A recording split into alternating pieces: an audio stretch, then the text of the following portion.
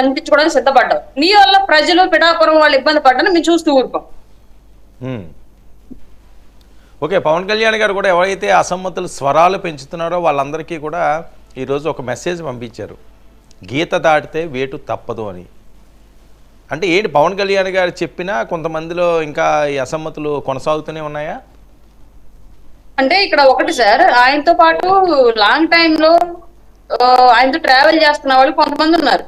వాళ్ళు కొంతమంది ఏం జరిగిందంటే ఆయన వల్ల లబ్ధి పొంది స్థిరపడ్డారు, ధనికులుగా కేవలం ఆయన అడ్డం పెట్టుకుని స్థిరపడ్డారు. అంతకు ముందు వాళ్ళ పార్టీలోకి రాకముందు వాళ్ళ కేర్ ఆఫ్ అడ్రస్ ఏంటి అనేది, ఆయన వెనకాల తిరగడం స్టార్ట్ చేసిన తర్వాత వాళ్ళ కేర్ ఆఫ్ అడ్రస్ ఏంటి అనేది వాళ్ళ మనకందరికీ తేట తెల్లమవుతుంది. తర్వాత ఇంకొక వర్గం ఇటీవల వచ్చి హడావిడిగా పార్టీలోకి లేదు పవన్ కళ్యాణ్ మాకు టికెట్ ఇవ్వకపోయినా ఆయనతో మా ప్రయాణం, ఆయన ఏం చెప్తే అది ఆయన వెనకాల ఉంటాం లైఫ్ లాంగ్ అని చెప్పేసి పెద్ద పెద్ద మేధావి మాటలు మాట్లాడి ఇవాళ ఏం జరుగుతుందంటే సడన్ గా మరి ఎవరైనా రెచ్చగొడితే అలా చేస్తున్నారా, లేదంటే ఇంటెన్షనల్ గానీ ముందు పార్టీలోకి వచ్చి అలా వచ్చి వాళ్ళ టికెట్ ఇవ్వకపోయేసరికి ఇలా మాట్లాడుతున్నారనేది తెలియదు. కానీ గతంలో కేర్ ఆఫ్ అడ్రస్ గా వచ్చి ఆయన మీద డిపెండ్ అయ్యి ఆయన వల్ల ఒక ప్లాట్ఫామ్ ఏర్పరచుకుని ఆయన వల్ల ఫైనాన్షియల్ గా అభివృద్ధి చెందిన వాళ్ళు ఇవాళ అదే వాయిస్ మాట్లాడుతున్నారు, మేము ఎప్పటి నుంచో పనిచేసాం పార్టీకి మాకు టికెట్ ఇవ్వలేదు అని చెప్పేసి.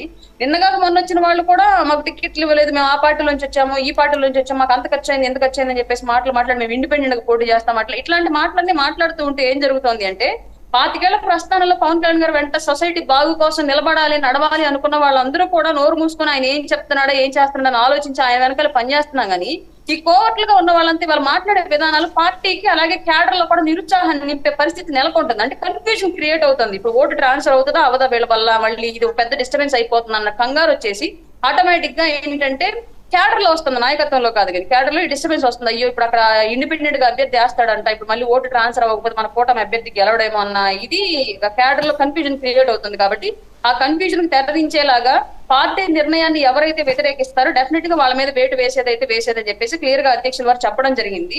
ఏ పార్టీ నుంచి అయినా సరే, ఇటు జనసేన నుంచి అయినా అటు బీజేపీ నుంచి అయినా అటు టీడీపీ నుంచి అయినా సరే, ఈ ఇండిపెండెంట్ అభ్యర్థులు ఇండిపెండెంట్ బీఫామ్లు రెబల్స్ ఈ క్యాండిడేట్లు ఎవరైతే ఉన్నారో డెఫినెట్ గా ఆఫ్టర్ ఎలక్షన్ భారీ మూల్యం అయితే చెల్లించుకుంటారు. ఎందుకంటే రాబోయేది అధికారంలోకి కూటమి, ఈ విషయం గుర్తుపెట్టుకోండి. మీరు అధిష్టానాలకు బద్దులై పనిచేస్తే రాబోయే రోజుల్లో మీ కష్టానికి తగిన గుర్తింపు తప్పనిసరిగా ఈ రాష్ట్ర బాగు కోసం ఎలా పనిచేస్తుందో వచ్చే గవర్నమెంట్ అలాగే మీ అభివృద్ధి కోసం మీ మంచి కోసం కూడా పనిచేస్తుంది. కాదు కూడదు అని చెప్పేసి ఇవాళ మీరు స్వార్థపూరితంగా వ్యవహరించి ఎవరో రెచ్చగొడితే రెచ్చిపోయి జాతి నాశనం కోసం గనక నిలబడ్డారు అంటే మాత్రం ఖచ్చితంగా మీరు నించున్న కాళ్ళ కింద మీ గొయ్యి మీరే తవ్వుకున్నారన్న విషయం మాత్రం గుర్తుపెట్టుకోండి. ఇదే చెప్పాలనుకుంటున్నాం మేము. రైట్, మోహన్ రెడ్డి గారు.